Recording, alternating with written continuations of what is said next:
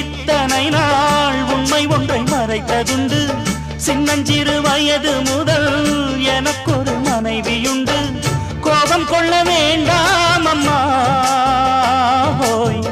தாங்கிக் கொள்ள வேண்டும் அம்மா.